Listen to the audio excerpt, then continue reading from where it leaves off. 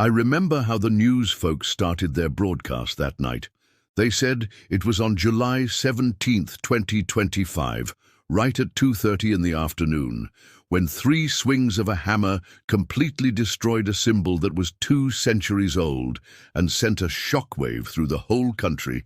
But I need to tell you what it was like before those awful sounds ever broke the summer quiet. You have to understand that St. Mary's Hollow, our little Midwestern town, was peaceful and pretty as any postcard you've ever seen. We had these white wooden houses, all neat and tidy, with big old maple trees casting shade over the sidewalks.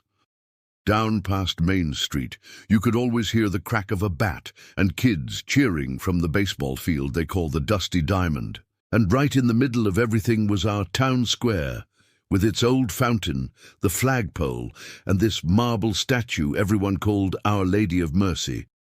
They put her up back in 1919 after the Spanish flu tore through our community and took so many good people. The ones who made it through that terrible time always said it was the Virgin's protection that saw them through. Over the years, that statue became a whole lot more than just carved stone and marble. She got woven right into the heart and soul of St. Mary's Hollow. You'd see the old folks on their morning walks pause to cross themselves as they passed by. Every newlywed couple in town had their picture taken beside her gentle face. And each Thanksgiving, families would all gather around her in the square while hymns played, sharing soup and bread together under the autumn sky. Now, to old Mrs. Wilson, a widow of 76 years, that statue was her personal lifeline. Every single Friday, she'd lay a little bunch of white daisies right at the Virgin's feet. It was for her husband, you see, a man who never made it back home from Korea. She'd tell any curious kid who asked, "I believe he's up in heaven, and this is my way of sending my love up to him." And for Tom Riley, who runs the local garage, the statue was his reminder to just take a breath. "When business gets rough," he told me once, "I just go sit in her shadow for a minute. It hits me every time. Life is so much bigger than any overdue bill." It even meant something to Hannah Khan, a 17-year-old Muslim girl whose family moved here years ago. That statue gave her a quiet kind of comfort. After she found out she didn't make the varsity basketball team, she spent one long night just sitting on the cold stone steps right below Mary S. outstretched hands. She later confessed to a friend, "I don't even share that faith, but something about her face, it made me feel a little less alone." I guess to somebody just passing through, Our Lady of Mercy might have looked like nothing special, just another old weathered piece of marble. But for us in St. Mary's Hollow, she was our memory, our faith, and our unity, all carved into stone. Then came that July afternoon. The Midwestern sun was blazing down, just brutal and merciless. The town square was resting in that heavy, quiet lull of a summer afternoon nap. All the shop doors were locked up tight. Kids were inside, glued to their video games, and most parents were stretched out on the sofa, sleeping off lunch. Only a few older couples were slowly wandering the shaded sidewalks. The bells from St. Mary's Parish rang out then. 3 solemn chimes marking 2:30, and nobody noticed the fellow walking toward the square, carrying a navy blue gym bag. Nobody stopped to wonder why his footsteps seemed so heavy, or why he couldn't take his eyes off the statue. Inside his bag weren't any wrenches or tools for fixing things. No, sir. He was carrying instruments meant for one thing only, pure destruction. St. Mary's Hollow had been, for generations, a perfect picture of small-town America. You had the stars and stripes waving gently, the coffee shop flipping its sign back to open after the lunch break. The Virgin's face, lit by that golden summer light, was about to see something truly unthinkable. In just a few short minutes, all our peace was going to collapse under the sheer weight of one man's rage. Those 3 hammer blows wouldn't just knock over a statue, they were going to tear right through the soul of our community. From that moment on, nothing in St. Mary's Hollow would ever be the same again. And honestly, you can't really understand what happened here without knowing about Adam Khan, the man who swung that hammer. For 15 years, Adam was living proof of the American dream. He'd come over from Morocco with his wife Layla and their kids when he was 30 years old. They arrived with 3 suitcases, a handful of family photos, and a deep-down determination to build a good life here. Inside of 10 years, Adam had managed to open up a small auto shop right there on Main Street. His business partner was Tom Riley. Now, those 2 men were about as different as 2 people could be. Tom was a born and raised Midwesterner, and Adam was an immigrant who was still picking up the odd quirk of the English language. But grease, engines, and long hours working under a hood turned them into brothers. Tom liked to joke, "Cars don't care one bit where you're from. They only care if you know how to fix them." The Khan family just sort of blended into the rhythm of the town. Their daughter Hannah was a real whiz kid in school and even carried the colors for the high school basketball team. Their son David played Little League on the very same fields where generations of local kids had learned the game. Layla taught classes on Moroccan cooking down at the community center, filling the air with the smells of saffron and cinnamon, winning over the whole town, one plate of food at a time. On Sundays, even though they weren't Christian themselves, the Khans would often show up for town gatherings, potlucks, and parades. People would see them and nod, thinking, "Now that family, they made it. That's what real integration looks like." But then, on an October morning back in 2024, Adam's phone rang. That call brought a crack that split his whole world right in two. It was his brother on the line, his voice trembling all the way from across the Atlantic. "Mama's gone." His mother had died quietly back in Casablanca after a fight with cancer. She'd never even told her children she was sick. She didn't want to be a burden to them. Adam just dropped the wrench he was holding. Oil splattered across the garage floor, and he sank down against the wall while Tom watched, feeling completely helpless. "She wanted to see me one last time," Adam sobbed, "and I wasn't there. I chose the bills, the mortgage, this shop. I chose all of it over her." Tom put a hand on his friend's shoulder. "Hey, man," he said, "you did what you could. She knew you loved her." But Adam couldn't make himself believe it.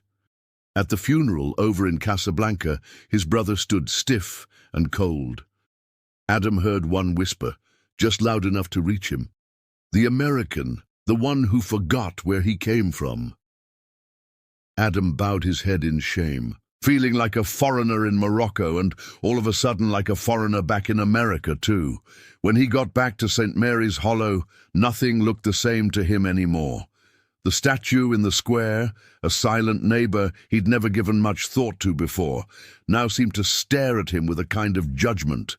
The laughter of townsfolk he'd known for years sounded distant, like it was in a language he didn't speak anymore. Even his garage, his own sanctuary, felt hollow and empty. Bills started piling up on the counter. The shop, which was still trying to recover from a slow season, was just limping along. Customers came and went, but Adam stopped making small talk with them the way he used to.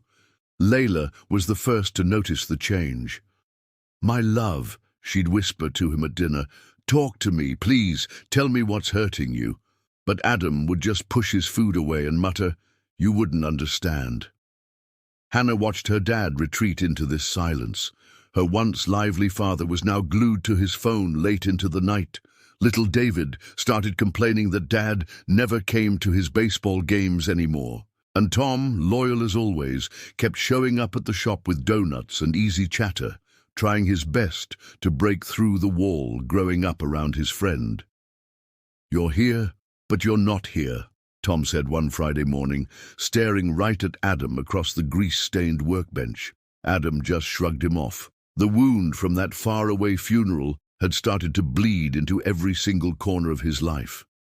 And in all the empty spaces left by his grief and regret, something darker was waiting, just ready to take root. By the winter of 2024, the Khan family's home, which had always been so warm, had gone cold.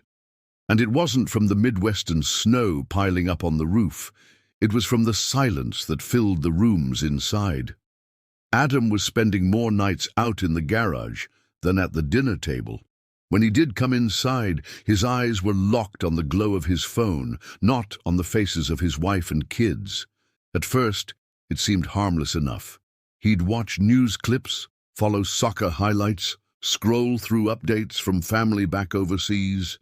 But then, one evening, YouTube suggested a live stream from a guy named Kareem Elahi, a self-styled preacher broadcasting out of Detroit. Kareem was only 35, dressed in sharp suits, speaking perfect English. His words wove together theology and a deep sense of grievance. "My brothers," he began, staring straight into the camera, "you've given this country your work, your taxes, your loyalty. But what have you gotten in return? Nothing but suspicion, indifference, and humiliation." Adam leaned in closer to the screen. Those words cut him deep. They gave a voice to feelings he couldn't even put into words himself. The sting of his brother Seth's whispers at the funeral, that invisible wall he now felt between himself and the neighbors he used to laugh with. Video after video, Kareem's tone got harder, angrier. "They tell you your faith doesn't belong here," he'd thunder. "They ban your headscarves, your prayers, but you just look at their streets, crosses on their courthouses, statues of their saints, their Virgin Mary standing tall in every square. Don't you see the hypocrisy? That Virgin Mary statue in St. Mary's Hollow, the one Adam had walked past without a thought for 15 years, suddenly loomed in his mind like a personal insult, carved right into stone. He started taking the long way home just to avoid driving past the square. But avoiding it only made the resentment inside him grow. Layla kept trying to reach him. One night she made his favorite dish, chicken tagine with preserved lemons, and set it on the table.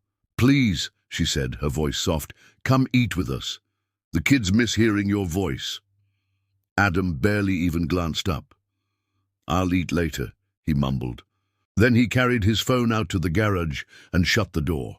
Inside, under the dim light of a single bulb, the glow from Kareem's face filled up the silence. In the comments section, strangers wrote things like, "You speak the truth, brother." And finally, someone with real courage. Adam read those messages hungrily, like each one was proof that he wasn't alone in his anger. Over at the school, Hannah noticed her once cheerful dad didn't ask about her tests or her games anymore. "Dad," she whispered to him one night. He just muttered back, "You don't even look at me anymore. You'll understand when you're older." Down at the shop, Tom Riley saw the difference too. Adam stopped coming to the Friday afternoon barbecues in the parking lot. "Sorry, Tom," he'd say, his eyes downcast, wiping his hands on a rag that was already clean. "I've got things to do." Tom frowned. "Buddy," he said, "this isn't like you." But Adam never offered any explanation. The spiral just kept tightening. What started as sermons about dignity shifted into these fiery rants. Kareem started demanding, "How long will you let their symbols mock you? Who among you is going to finally take a stand?" Late at night, Adam would lie in bed staring at the ceiling, Kareem's words echoing in his skull. The statue out by the parish bells, once just a piece of the town's scenery, became a spectre haunting his every thought. He started imagining himself smashing it, silencing it, proving once and for all that he still mattered. Sometimes, when he closed his eyes, he'd dream of a crowd cheering him on, clapping as he struck that first blow.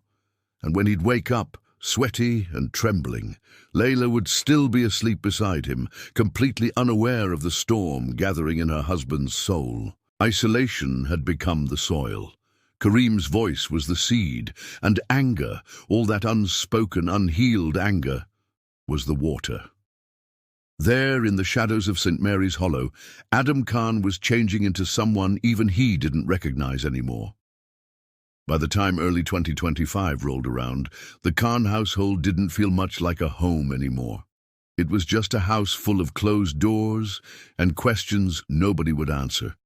The cheerful warmth that used to hang in the air, all mixed in with the smell of Layla's cooking and the sound of the kids laughing, had been replaced by this uneasy, heavy quiet. At dinner, Adam would sit with his phone right next to his plate, scrolling through it instead of talking to anybody. Layla kept trying to draw him out. "Adam," she said gently one evening, "you've hardly touched your food. What's happening to you?" He just stabbed at a piece of bread, avoiding her eyes. "Nothing. I'm just tired." "Tired for months?" she pressed on. "You barely smile anymore. You don't laugh with the kids. I miss you." Her words were just met with silence. The only sound, the clink of his fork on the plate. Hannah, 17 and less patient, had finally had enough. One night she slammed her books shut right there at the table. "Dad, you don't even look at us anymore. You used to tell us stories about Morocco, about fixing your first car. Now all you care about is whatever's on that stupid screen." Adam's jaw tightened. "I've grown up, Hannah," he said, his voice cold. "You should too." His daughter just blinked at him, stunned by the tone. Then she left the table in tears, her footsteps pounding up the stairs. David, who was just 15, tried a different way to win his dad back. "Dad, we've got a game on Saturday. We need you in the stands. You always wore that red cap for luck, remember?" Adam just muttered, "We'll see." But Saturday came, and Adam never showed up. David struck out twice that day, and afterward told his coach, "Doesn't matter. My dad doesn't care anyway." Down at the garage, Tom Riley noticed the shift, too. Friday afternoons used to mean barbecue ribs and a lot of light-hearted joking around. Now Adam would just excuse himself. "Sorry, Tom, I've got work to finish." Tom studied his friend, his face full of concern. "Work or something else?" Adam's eyes just darted away. "Just drop it, okay?" Tom sighed. "I'm not blind, man. You've changed. You don't even want a beer with the guys anymore." The distance kept growing, and it wasn't just at home or at work. It spread out into the whole community. Neighbors who used to wave at Adam on his walk to the store now only got a curt nod. He stopped chatting with Mrs. Wilson about her garden. He stopped helping young teens fix their bikes in his garage. People started to whisper, "What's wrong with him?" Layla confided in her sister over the phone, her voice trembling. "It's like he's disappearing into himself. I don't know this man anymore. The Adam I married, kind, patient, he's gone." And meanwhile, in Adam's own private world, the voice of Kareem Elahi was there to fill the silence. "They say you belong," Kareem thundered in one sermon, "but they'll never truly see you as one of them. They'll show you smiles, but behind those smiles is nothing but disdain." Adam would clench his fists as he listened, his mind replaying every sidelong look he'd ever gotten from a neighbor, every bit of unspoken judgment he imagined from his brothers back in Morocco. The more his family pleaded with him, the deeper he sank into that echo chamber of anger online. Kareem's words became like a second heartbeat. The statue of Mary in the square, once just a block of stone, had turned into a symbol that seemed to mock him every single time he drove past. At night, Layla would sometimes stand silently in the doorway, just watching her husband hunched over his phone, the glow from the screen casting sharp shadows across his face. She'd whisper into the darkness, "Where are you, Adam? Please come back to us." But he never looked up. The cracks had spread right through his marriage, through his children's trust, through the friendships that had once anchored him. And through those cracks, something dangerous seeped in, feeding on his isolation, whispering that maybe destruction was the only thing that could bring him any peace. It was a February evening when everything finally reached its tipping point. Outside, snow was blowing across Main Street in these restless swirls, rattling the windows of every home. Inside, the glow from Adam's phone lit up the darkened living room.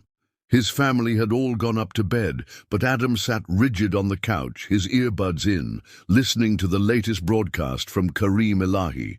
Kareem's voice had gotten sharper with every passing week. It wasn't just words of frustration anymore.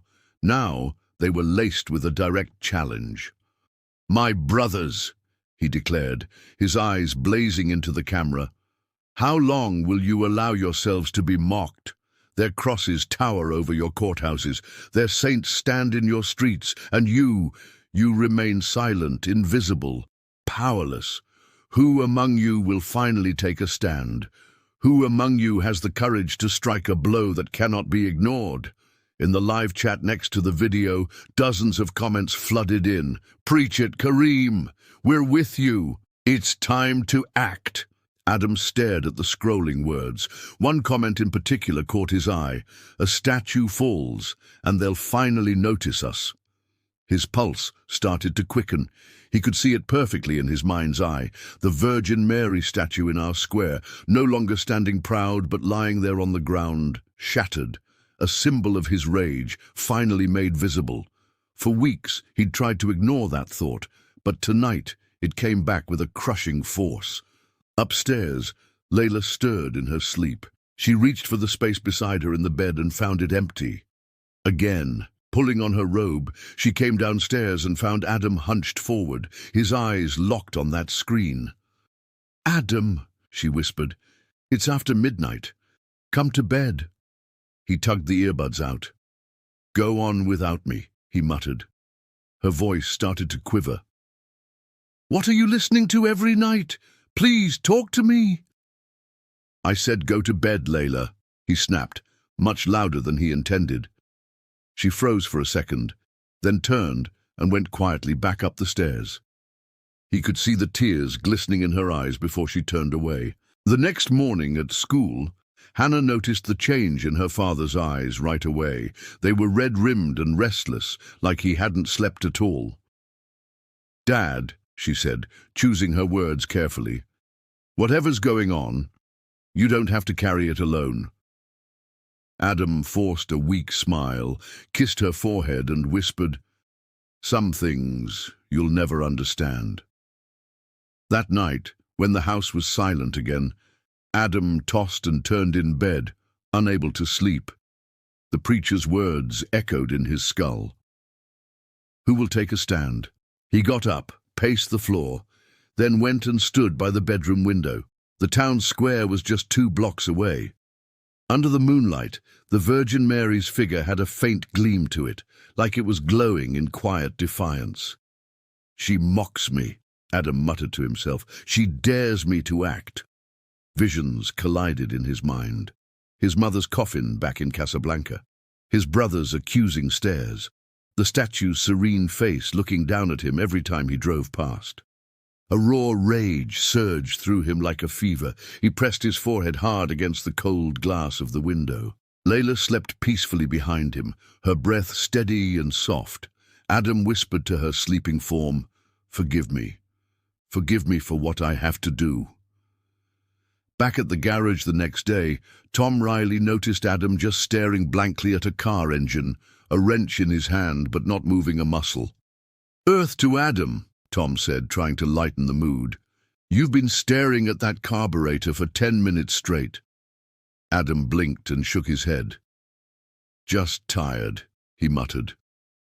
But his hands were trembling, betraying the storm that was raging inside him. By nightfall, Adam couldn't pretend anymore. He tossed in bed until his sweat soaked through his shirt. He saw visions, himself in the square, hammer raised high, a crowd cheering, his name being chanted in some kind of victory. But then he also saw the horror. Layla weeping, Hannah looking ashamed, little David calling him a monster. 2 possible futures collided right there in his mind. At 5:30 in the morning, as the dawn was just starting to break, Adam sat on the edge of the bed, exhausted. His whisper was barely louder than the hum of the heater. "It has to be today." The call had been made, not by Kareem alone, but by that gnawing emptiness that had taken root deep in Adam's chest. And now, after all those months of silence, he was finally ready to answer it. July 17th, 2025. The Midwest sun hung heavy over St. Mary's Hollow. It was the kind of sweltering summer afternoon where even the cicadas seemed too tired to sing. Main Street lay hushed and still. Shops were shuttered up for the lunch hour. Kids were hiding indoors from the brutal heat. And the town square sat in its usual midday stillness. At 2:15 p.m., Adam Khan stepped out of his house with a navy blue gym bag slung over his shoulder. His heart was thudding in his chest, louder than any cicada. Inside that bag wasn't a lunch or workout clothes. There was a sledgehammer, a chisel, and a steel crowbar. Tools not for fixing anything, but for breaking everything. Neighbors greeted him without an ounce of suspicion. Old Mrs. Jenkins, out watering her petunias, waved. "Hot one today, Adam?" He just nodded stiffly, his throat too dry to speak, and kept on walking. By 2:25, he'd reached the square. The statue of Our Lady of Mercy gleamed a bright white against the blazing blue sky. For more than 100 years she'd stood watch over us, over our weddings, our funerals, our parades, and our quiet vigils. Today she stood there, unknowing, as the target of a man who was completely consumed by his own anger. Adam looked all around. The benches were empty. The fountain was just burbling lazily. The American flag flapped listlessly above it all. Perfect. He unzipped the bag, pulled out that heavy hammer, and gripped it so tight his knuckles turned white. For one single moment his whole body froze. The silence pressed down on him like a physical weight. Then Kareem's words thundered inside his mind. "Who will take a stand?" Adam raised the hammer high and brought it down on the statue's base. The sound cracked through the square like a gunshot. Marble splintered, pigeons scattered everywhere. Adam himself staggered back, startled by the force of his own swing. But then he swung again, and again. Each strike echoed through the square like a clap of thunder. Each fragment of flying stone just fed the fire burning inside him. From her third-floor window in the bakery across the street, Mrs. Wilson pushed her curtain aside. Her hands flew to her mouth. "Dear God," she gasped. "He's destroying her." Trembling all over, she snatched up her phone and dialed 911. "There's a man," she cried into the phone. "He's smashing the Virgin Mary statue. Please, send someone fast." But Adam didn't hear her. He was lost in a pure frenzy. Sweat dripped into his eyes, mixing with the dust and tiny shards of stone. A thin trickle of blood ran down his cheek from where a sharp fragment had hit him. Still, he kept swinging. Tom Riley, who was walking back from the hardware store, heard the booming crashes and hurried toward the square. He stopped dead in his tracks when he saw his friend, hammer raised high, bashing away at the statue with a wild fury. "Adam!" Tom shouted, his voice straining. "Stop! What in God's name are you doing?" But Adam didn't even look up. By now a small crowd had started to gather, shopkeepers, teenagers already holding up their phones to record, mothers clutching their children's hands. Gasps and sobs rippled through them as the statue's legs cracked under the assault. One more swing, and the Virgin's figure lurched forward. The whole statue teetered for a heart-stopping second, then toppled with a sickening crashing roar. The carved head of Mary broke off and rolled right across the cobblestones, coming to a stop at Adam's feet. For the first time, his eyes dropped. He stared down at that face carved in marble, now smeared with dust and dirt. The serene expression was unchanged, even in ruin. A strange mixture of triumph and absolute horror washed over him. "What have I done?" Sirens wailed in the distance, getting closer. The crowd swelled bigger. Phones were capturing every single angle. Some people in the crowd started shouting insults. Others were weeping openly. Little kids clung to their mothers' skirts, scared and confused. Police cars screeched into the square, tires squealing. Officers leapt out, their weapons drawn. "Drop the tools! Now! Hands in the air!" Adam's arms just went slack. The hammer clattered to the ground at his feet. Slowly he raised his hands, his wrists trembling badly. As an officer snapped the cuffs on him, Adam scanned the faces in the crowd. He saw neighbors he'd greeted for years, the grocer, the barber, the postman. All of them were staring back at him now with looks of pure disbelief, betrayal, and a grief so deep it hurt to see. In that moment, as the cuffs clicked shut, Adam realized He hadn't just shattered marble. He'd crushed trust. He'd shattered belonging. And he might have destroyed any chance of ever being seen the same way again. At 2:30 p.m., the bells of St. Mary's Parish tolled across the town. But instead of marking a peaceful afternoon, they rang out over broken stone, broken hearts, and the broken soul of a man who had answered the wrong call. By 3 o'clock that same afternoon, our town square was transformed. It wasn't that quiet stage of summer stillness anymore. It was a scene of pure shock, chaos, and live video streams. The video of Adam Khan swinging that hammer at the Virgin Mary statue hit social media before the police had even finished closing off the square. By nightfall, it was everywhere. Local teenagers posted shaky clips on TikTok. "He just kept hitting her," one voice whispered, trembling over the footage. That video racked up hundreds of thousands of views in just a few hours. Over on Twitter, hashtags started trending right away. Mary statue, St. Mary's Hollow, and soon enough, American values. Over at CNN, producers were scrambling to cut all the clips together. "We've got faith leaders already lined up," an anchor whispered as the countdown to air began. On Fox News, the chyron at the bottom of the screen blazed in bright red. "Statue of the Virgin, destroyed by Muslim immigrant." The national narrative was being framed, and fast. By 6 p.m., satellite trucks jammed our narrow town streets. Reporters cornered anyone who would stop to talk. Mrs. Wilson, still shaking from what she'd witnessed, told them, "I've known Adam for years. He helped fix my lawnmower just last spring, but today he was someone else entirely." Over at the Khan household, the media circus was even harsher. Layla came back from grocery shopping to find camera flashes going off right in her face. "Did you know your husband planned this?" one reporter shouted. "Was your family part of his radicalization?" yelled another. Layla stood frozen on her own front porch, clutching her bags of fruit, her heart racing. No, she stammered. "Adam would never—" But the words caught in her throat. Upstairs, Hannah was scrolling through a torrent of WhatsApp messages. Friends from school were bombarding her phone. Screenshots, cruel captions, even a meme someone had made of her father holding that hammer. Tears blurred her vision.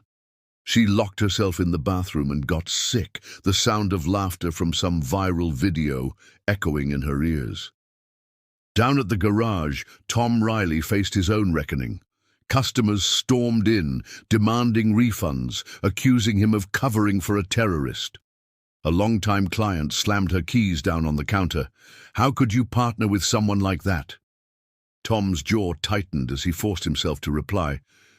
"Adam is my friend," he said, "but I didn't know." His voice cracked on those last words. By 8 p.m., the story had reached Washington. On Capitol Hill, politicians jumped on it immediately. A conservative senator tweeted, "When will we finally admit we have a radicalization crisis in America?" A progressive representative shot back, "One man's crime must not be used to condemn an entire community." Right here in St. Mary's Hollow, the town itself was splitting right down the middle. Over at the Copper Cup Cafe, the old-timers were slamming their fists on the counters. "They come here, we give them jobs, and this is how they repay us?" shouted Mr. Daniels, a retired veteran. But Sophie Miller, the town's social worker, shook her head. "Adam's been spiraling ever since his mother died," she said. "This isn't about all Muslims. This is about one man in a world of pain." Even over at the mosque in the next town, the mood was tense. Imam Omar gathered his congregation. "Brothers and sisters," he said, "what Adam did was wrong. It goes against both our faith and our values. We must condemn it." Yet, among the younger men, whispers stirred. "But doesn't he have a point?" one murmured. "Don't they treat us like outsiders, no matter what we do?" The Imam raised his voice. "No excuses," he said firmly. "Violence will not heal us." By the next morning, every major paper carried the headline, Statue of Virgin Mary smashed in small town. Immigrant arrested.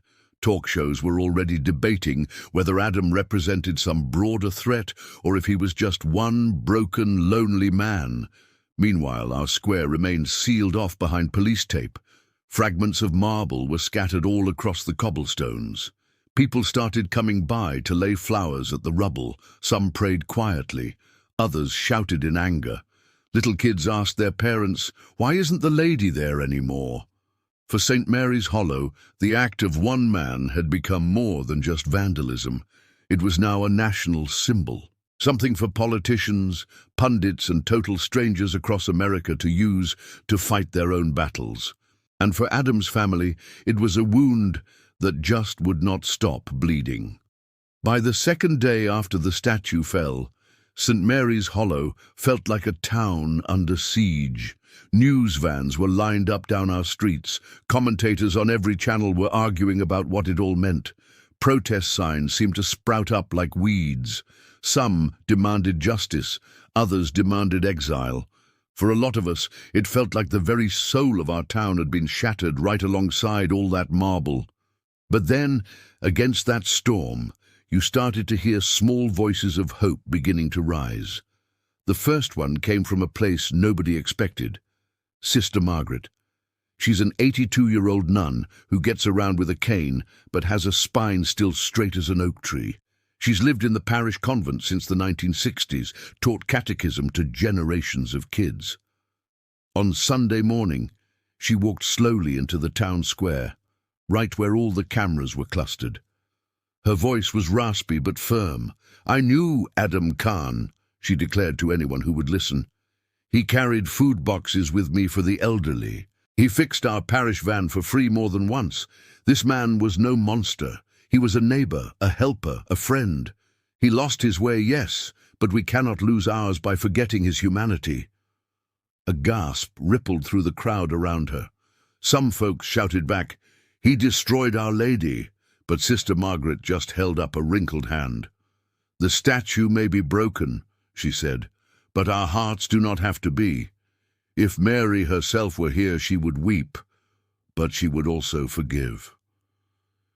Her words got replayed on the local news that night, and I think it softened some hearts. Over at St. Mary's High School, another unexpected act unfolded. In the gymnasium, the whole student body gathered for an assembly. Hannah Khan sat way in the back, her eyes down, wishing she could just vanish. When her name appeared on the big screen, "Daughter of Adam Khan," ugly whispers buzzed all around her. Then Jason Miller, the student council president and the son of a well-known church elder, stepped up to the microphone. "I've known Hannah for 3 years," he said, his voice clear and strong. "She's a straight-A student. She helps tutor kids in math. She cheers louder than anyone at our games. She is one of us. She is not responsible for her father's actions." A hush fell over the whole gym. Then, slowly, one by one, students started to rise to their feet. A wave of applause thundered through the place. Hannah buried her face in her hands as tears streamed down her cheeks. For the first time since this nightmare began, she felt seen, not as the terrorist's daughter, but as Hannah, her own person. Clips of that assembly spread online fast, tagged things like "Stand with Hannah." In our town's weekly paper, Dr. William Miller, a physician who'd treated the Khan family for years, wrote a heartfelt op-ed. "Adam brought his children in for their checkups like any other father," he wrote. "He thanked me every time. He was polite, respectful, and grateful. This crime was real, and it hurt us deeply. But to paint Adam as nothing more than a villain is to erase the man who lived among us for 15 years. Meanwhile, ordinary citizens started pushing back against the tide of hate too. Mrs. Wilson, the very one who'd first called the police, came back to the square carrying a single candle. "I reported the act," she told a reporter quietly. "But I can't bring myself to hate him. Something must have broken inside him long before that statue did." Over at the Copper Cup Cafe, a group of mothers decided to organize a unity lunch. They invited Christian, Muslim, and non-religious families alike, spreading tables with casseroles, lentil soup, cornbread, and hummus. "We can't let one hammer undo 20 years of friendship," one mother said as she ladled soup into a stranger's bowl. Now, not everyone agreed, of course. Some folks muttered that forgiveness was just weakness. Others scoffed that kindness wouldn't rebuild the statue.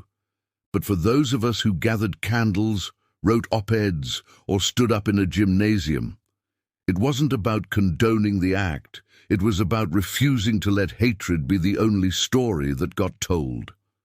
In all the swirl of media outrage and political spin, these small acts might have seemed pretty insignificant. But like flickering candles in a storm, they refused to go out. And slowly, they started to illuminate a different possibility, that even in the shadow of destruction, hope could still take root. By the third week after the statue's fall, St. Mary's Hollow had become a symbol for all of America's fractures. Demonstrators filled the square, some waving American flags, others holding signs that read, "No more hate." Police cruisers circled constantly, wary of clashes breaking out. The rubble of Our Lady of Mercy remained fenced off, guarded like the scene of a crime. But amid all the shouting, two men of faith quietly chose a different path. On Sunday morning, Father Martinez, the pastor of St. Mary's Parish, stood at his pulpit. His homily wasn't the fiery condemnation a lot of people expected. Instead, he spoke softly. "Our statue has been shattered," he said, "but statues are only stone. The real question is, will we let our hearts be shattered too? Christ taught us that forgiveness is stronger than vengeance. If Mary stood among us now, she would weep, and then she would open her arms." Some parishioners shifted uncomfortably in their pews. A few families even got up and walked out, muttering that forgiveness was weakness. But others sat perfectly still, their eyes glistening, their silence signaling that something deeper was stirring inside them. That very afternoon, Imam Omar from the town's small mosque requested a meeting with Father Martinez. The two men sat across from each other in the parish rectory, the tension of the past few weeks heavy in the air between them. Finally, the Imam spoke. "Father," he said, "our community feels blamed for what Adam did, yet we also feel the pain of your people. We condemn what happened. It goes against our faith. But condemnation is not enough. We need to stand together." Father Martinez nodded. "Our people are hurting too," he replied. "Some want division, but maybe this is our chance to show another way." By the end of that meeting, they'd agreed to organize something unprecedented in our town's history, a joint prayer vigil for peace, right there in the square where the statue once stood. When the evening came, townspeople approached cautiously. Candles flickered in the hands of Catholics, Protestants, Muslims, and those of no faith at all. The police were still there, but the mood was different. Hushed, expectant. Father Martinez opened with a prayer from the Psalms. "The Lord is near to the broken-hearted and saves the crushed in spirit." Imam Omar followed, reciting from the Quran. "Whoever forgives and makes reconciliation, his reward is with God." Their voices, one in English, one in Arabic, wove together like threads of the very same fabric. In the crowd, Mrs. Wilson, who'd witnessed the destruction, wept quietly, her candle trembling in her hands. Next to her stood Layla Khan, her head bowed, whispering silent pleas for her family. When she lifted her eyes and saw neighbors still standing beside her, she felt something she hadn't felt in weeks, a sense of belonging. A local TV station live-streamed the whole vigil. The image of Christians and Muslims praying shoulder to shoulder in the glow of candlelight spread online with the hashtag #SetMarysUnited. For once, the comments weren't all rage. Some people wrote, "This is the America I believe in." Another said, "Maybe forgiveness isn't weakness after all." Sure, not everyone approved. Outside the glow of the vigil, a group of protesters jeered, "Naive fools! He smashed your faith and you pray for him." But their shouts were drowned out by the voices singing "Amazing Grace," joined haltingly by Muslims humming the tune. For the first time since the hammer fell, the square felt less like a battlefield and more like holy ground. Later that night, as the candles burned low, Father Martinez and Imam Omar exchanged a look that said more than words ever could. This was only a beginning. Division would still press in from every side. But for one evening, St. Mary's Hollow had chosen reconciliation over revenge. And in that fragile choice lay the seed of something downright miraculous. The county jail over in Jefferson, Missouri, is a grey block of concrete and steel. Its echoing corridors always smell faintly of bleach and hopelessness. For 2 weeks after his arrest, Adam Khan had barely spoken a word to anyone. He ate little, slept less, and just sat in his cell with his head buried in his hands. The fire that had driven him to swing that hammer had burned itself out, leaving behind nothing but ashes of shame. The guards saw it. "He's no trouble," one muttered to another during shift change. "Just sits there like a ghost." Inside, Adam just replayed the moment over and over in his mind. The hammer rising, the marble cracking, Mary's face rolling across the cobblestones. And then he'd see Hannah's tears, hear Layla's trembling voice, feel Tom's look of betrayal. He'd whisper into the darkness of his cell, "What have I done? God, what have I done?" Then, on a Tuesday afternoon, the heavy steel door of his cell clanged open. "Visitor!" a guard barked. Adam shuffled into the small interview room, his shackles clinking at his ankles. He expected to see another lawyer, or maybe a journalist. Instead, he froze. Across the table sat Bishop Jameson, the Catholic bishop of the diocese, dressed in a simple black cassock. His eyes were steady, not condemning but searching. A faint, sad smile touched his lips. "Adam," he said softly, "thank you for meeting with me." Adam lowered his head, unable to meet the man's gaze. "Why would you come here?" he mumbled. "I destroyed your statue. I dishonored your faith. I ruined everything." The bishop leaned forward, resting his hands on the table. "I didn't come to see the man who broke the stone," he said. "I came to see the man who was broken." Those words pierced right through Adam's chest. For the first time in weeks, tears welled up in his eyes. "You don't understand," he said, his voice cracking. "I'm lost. My children hate me. My wife is ashamed. I listened to voices that poisoned me. I don't even know who I am anymore." Bishop Jameson let the silence stretch between them for a moment. Then he said, "We all have shadows, Adam.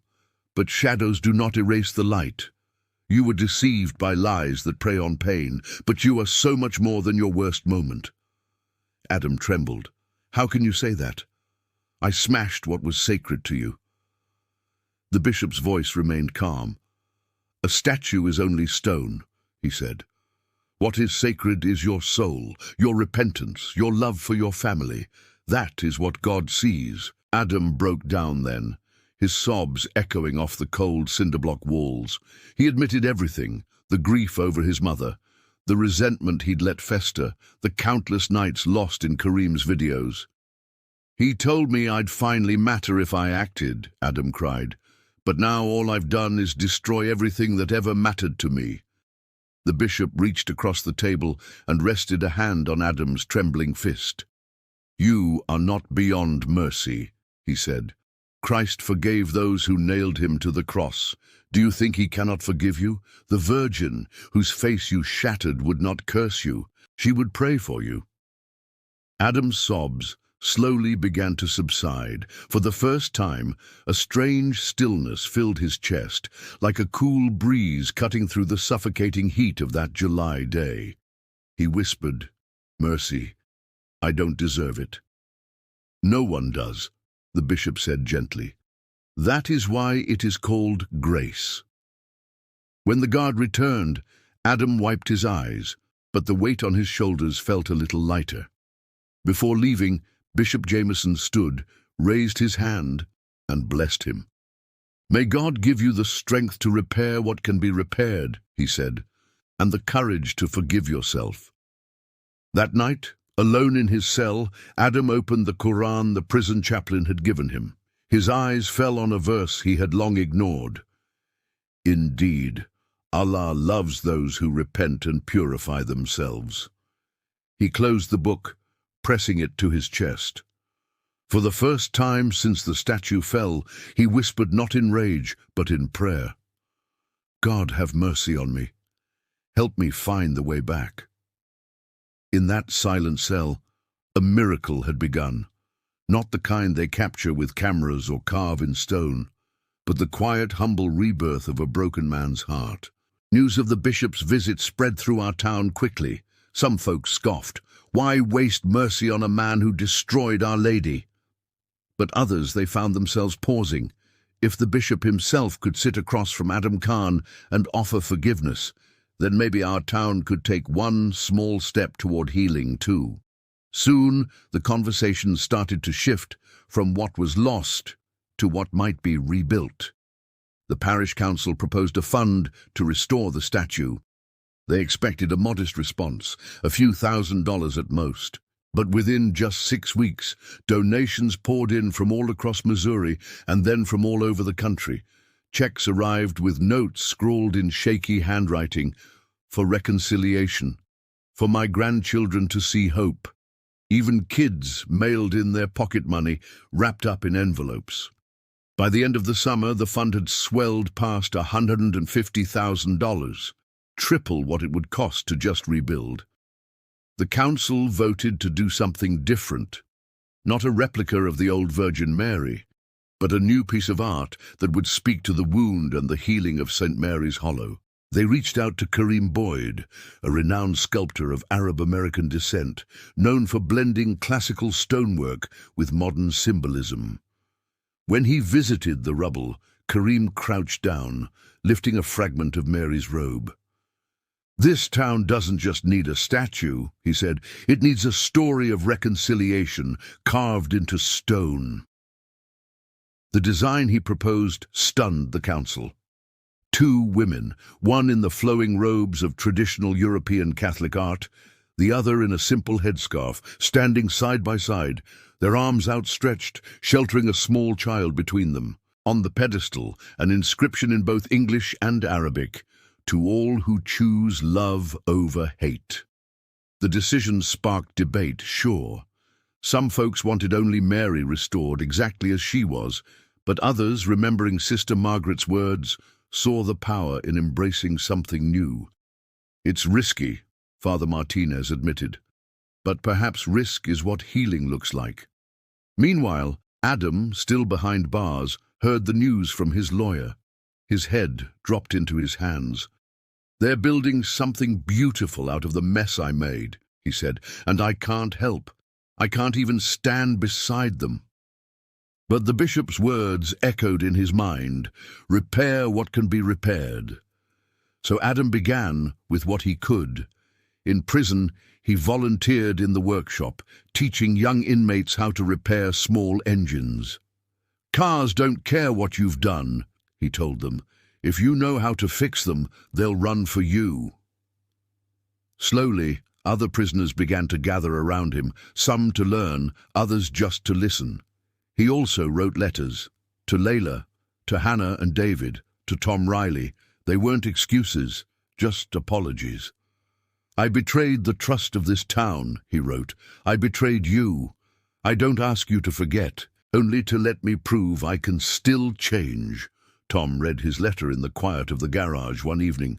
He sighed, then tucked it into his pocket instead of throwing it in the trash. "Maybe you're still in there, old friend," he whispered to himself. In October, construction crews finally cleared the square. Blocks of pale marble arrived. Cranes lifted beams into place, and Kareem Boyd began his work, chiseling away. Townspeople gathered daily just to watch the progress. Layla came one afternoon, Hannah by her side. For the first time, neighbors didn't turn away. Some even offered her a seat, a cup of coffee. She clutched Hannah's hand and whispered, "Maybe." maybe we'll be okay. By Thanksgiving, the figures of the two women had emerged from the stone. Their faces were serene, their hands protective over the child between them. Reporters returned, cameras clicking away. But this time the story was different. It was a story about destruction, yes, but now it was about reconciliation, too. Inside his cell, Adam studied a newspaper photo of the nearly finished statue. Tears blurred his vision. He placed a hand over the image. "Forgive me, Lord," he prayed, "and let me be worthy of what they are building." Our town had taken the fragments of shame and turned them into the foundation of something greater. The reconciliation statue wasn't just about healing marble, it was about healing hearts. And soon, the man who had broken the old statue would be asked to stand before the new one. October 15th, 2025. The air in St. Mary's Hollow had that crisp bite of autumn, the kind that makes leaves crackle under your feet and the church bells ring a little sharper. The town square, once scarred by rubble and division, was alive again. 2,000 people crowded behind barricades, their breath making little white clouds in the air, their candles flickering against the twilight. At the center of it all, covered by a long white veil, stood the new reconciliation statue. Two women, one robed, one veiled, their arms sheltering a child. The inscription waited, hidden. "To all who choose love over hate." The mayor spoke first, her voice echoing through the square. "3 months ago we were broken," she said. "Today we gather not to erase the past, but to redeem it." Then Bishop Jameson stepped forward. "This statue is more than stone," he said. "It is a promise that mercy can build what hatred tries to destroy." Across the square, Imam Omar added, "Let this be our reminder. When we stand together, our children inherit peace instead of fear." In the front row, Layla held Hannah and David close. Their faces glowed in the candlelight, nervous but proud. Neighbors who had once avoided them now stood right beside them. Mrs. Wilson reached over and squeezed Layla's hand. No words were needed. And then came the most unexpected moment of all. From the steps of the county building, escorted by guards but no longer in shackles, walked Adam Khan. He looked thinner, older, humbled by his months in confinement. A murmur rippled through the crowd. Some people gasped, others bristled, but many just leaned forward waiting. Bishop Jameson handed Adam the cord tied to the veil. His voice carried clearly. "Your fall hurt us, Adam," he said, "but today you will help us rise." Adam's hand shook as he gripped the rough rope. He looked out over the sea of faces, neighbors, friends, strangers. Some glared, some wept, and there near the front stood Tom Riley, his arms folded, his eyes wet, their gazes locked. Tom gave the slightest nod. With a deep breath, Adam pulled. The veil slipped away and the reconciliation statue shone under the floodlights. Gasps echoed through the square, followed by a hush so deep it seemed even the wind had paused.